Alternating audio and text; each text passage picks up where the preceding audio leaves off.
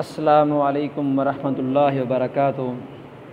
کتاب الصلاۃ باب القراءۃ فی الصلاۃ، حدیث نمبر 109 ہے۔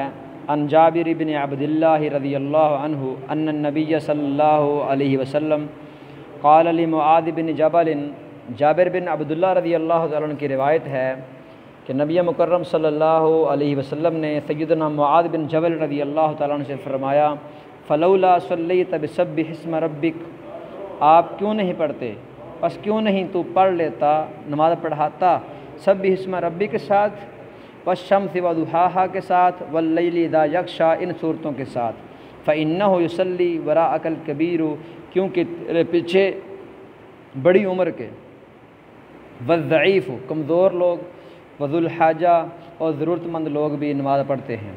یہ روایت صحیح البخاری کتاب الاذان باب من شکا امامہ اذا طول، حدیث نمبر 705 ہے۔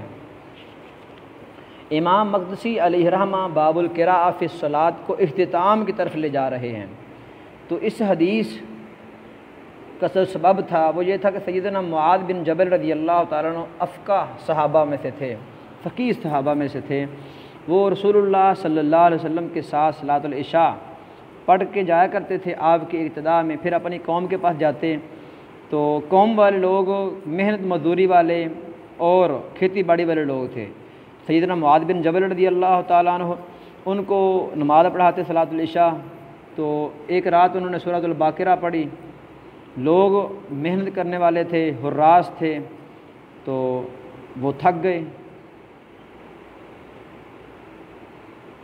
قوم کا ایک بندہ اس نے اکیلے ہی نماز پڑھ لی، تو معاذ بن جبل رضی اللہ تعالیٰ عنہ نے نفاق کی وجہ سے یا نفاق کا الزام ان پر کہہ دی کہ ھذا منافق، کیونکہ اس نے نماز کو توڑا ہے اور اکیلا نماز پڑھ کے چلا گیا ہے۔ تو اور فرمانے لگے کہ منافقین پر نمازیں بھاری ہیں، خصوصاً صلاۃ العشاء اور صلاۃ الفجر۔ صحیح البخاری کتاب الجماع والامامہ باب فضل العشاء فی الجماع، حدیث نمبر 626 ہے یہ۔ لیکن اس آدمی نے رسول اللہ صلی اللہ علیہ وسلم کے پاس شکایت درج کروا دی، تو نبی مکرم صلی اللہ علیہ وسلم نے سیدنا معاذ رضی اللہ تعالیٰ عنہ کو بلایا۔ آپ غصے ہوئے فرمانے لگے، اترید ان تکون فتانا، کیا آپ ارادہ کرتے ہیں کہ آپ فتان بن جائیں، لوگوں کو ان کے دین سے روکنے والے بن جائیں؟ ان الذین فتنوا المؤمنین والمؤمنات، سورۃ البروج آیت نمبر 10 میں جیسا حکم ہے۔ تو پھر آپ نے ان کو ارشاد فرمایا فلولا صلیت۔ یہ اصل واقعہ ہے۔ اس طرح گویا امام مقدسی کا علیہ رحمہ کا کہنا ہے، اس حدیث سے استدلال ہے کہ انسان کو، خصوصاً امام کو جو مسئول ہے لوگوں کا بھی اور اپنا آپ کا بھی، وہ اس قدر قرات کرے جو قرات لوگوں کی تعب پریشانی کا سبب نہ بنے، چاہے وہ نماز فجر ہو یا چاہے کوئی بھی نماز ہو۔ اگر طوال صورتیں بھی پڑھنی ہیں تو وہ بھی لوگوں کا جائزہ لے کر پڑھے، یعنی لوگوں کے احوال کا جائزہ لینا، ان کے احوال کے مناسب کام کرنا، یہ امام پر ضروری ہے۔ اس حدیث مبارکہ میں سب سے پہلا فائدہ کہ نصیحت کے وقت غصے کا جواز، جناب محمد صلی اللہ علیہ وسلم نصیحت کرتے ہوئے غصے ہوئے۔ فائدہ نمبر 2 کہ انسان کا جو فعل جس بات کا تقاضا کر رہا ہے اس کو انسان وصفی طور پر بیان کر دے۔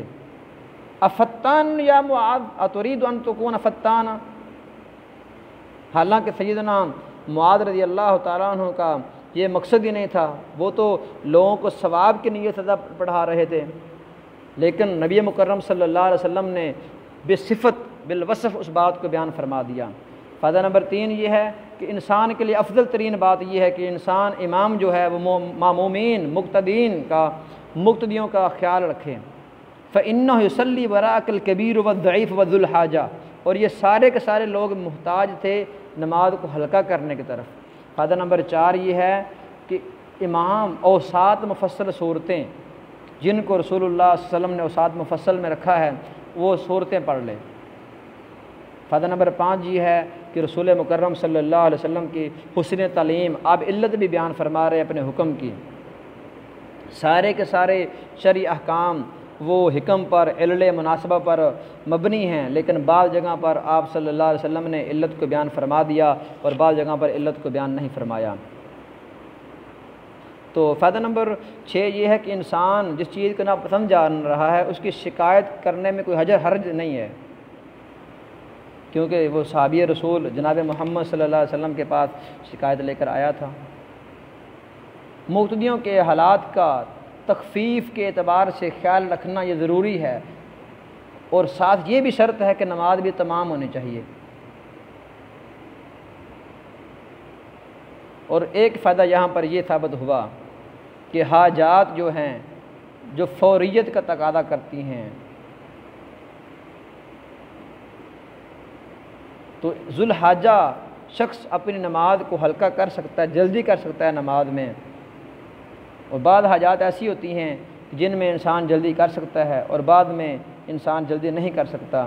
تو جہاں پر جیسے ممکن ہے ہر انسان اپنی حالت کو بخوبی جاننے والا ہوتا ہے، تو اپنے عذر کو اپنی حالت کو دیکھ کر فریضے کو ادا کریں۔ اللہ تعالی ہمیں باب القراءات فی الصلاۃ، جس کے اندر خلاصتاً مفہوم یہ ثابت ہوا کہ سورۃ الفاتحہ کی قراءت ہر ایک صورت میں واجب ہے، اور بقیہ نمازیں جن میں جس صورت کو جس نماز کے لیے رسول اللہ صلی اللہ علیہ وسلم نے ہمیشگی کی ہے اسی صورت کو اس نماز اسی رکعت میں پڑھنا سنت ہے۔